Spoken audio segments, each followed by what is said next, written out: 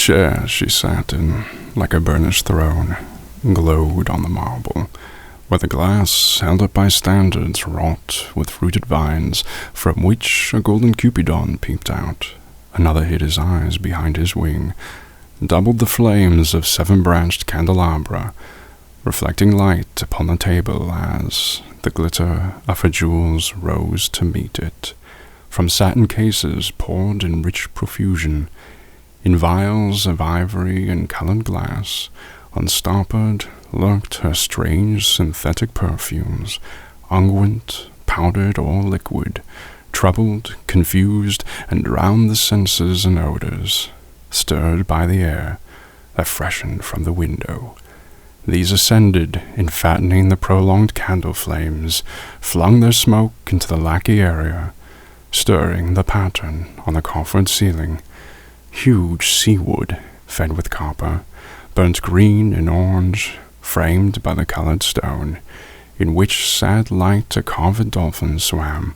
Above the antique mantel was displayed, as though a window gave upon the sylvan scene, the change of Philomel by the barbarous king, so rudely forced. Yet there the nightingale filled all the desert with inviolable voice, and still she cried, and still the world pursues. Junk, junk, to dirty ears.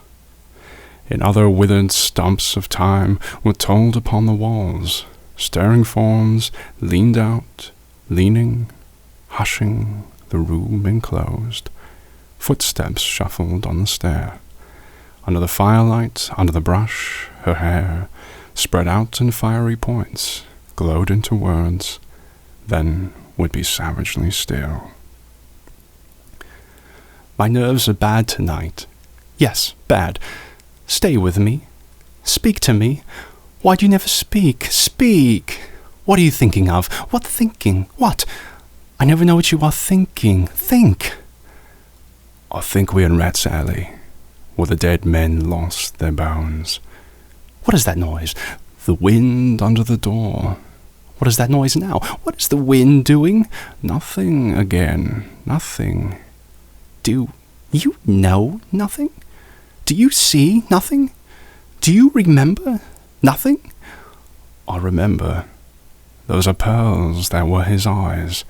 Are you alive or not? Is there nothing in your head? But, oh, that Shakespearean rag. It's so elegant, so intelligent. What shall I do now? What shall I do? I shall rush out as I am and walk the street with my hair down so. What shall we do tomorrow? What shall we ever do? The hot water at 10, and if it rains, a closed car at 4. And we shall play a game of chess, pressing lidless eyes and waiting for a knock upon the door. When Lil's husband got demobbed, I didn't mince my words, I said to her myself, "Hurry up, please, it's time." Now Albert's coming back, make yourself a bit smart. You want to know what you did with that money he gave you to get yourself some teeth. He did, I was there. You have Mart, little, get nice set. He said, I swear, I can't bear to look at you. And no more can't I said, and think of poor Albert. He's been in the army 4 years. He wants a good time. If you don't give it to him, there's others will, I said. Oh, is there? She said, something of that, I said. Then I'll know who to thank, she said, and give me a straight look. Hurry up, please, it's time. If you don't like it, you can get on with it, I said. Others can pick and choose if you can't, but if Albert makes off, it won't be for lack of telling. You ought to be ashamed, I said, to look so antique. And her only 31. I can't help it, she said, pulling a long face. It's them pills I took to bring it off, she said. She's had 5 already and nearly died of young George. The chemist said it would be all right, but I've never been the same. You are a proper fool, I said. Well, if Albert won't leave you alone, there it is, I said. What'd you get married for if you didn't want children? Hurry up, please, it's time. Well, that Sunday, Albert was home. They had a hot gammon. They asked me into dinner to get the beauty of it. Hot. Hurry up, please, it's time. Hurry up, please, it's time. Good night, Bill. Good night, Lou. Good night, May. Good night. Ta-ta. Good night.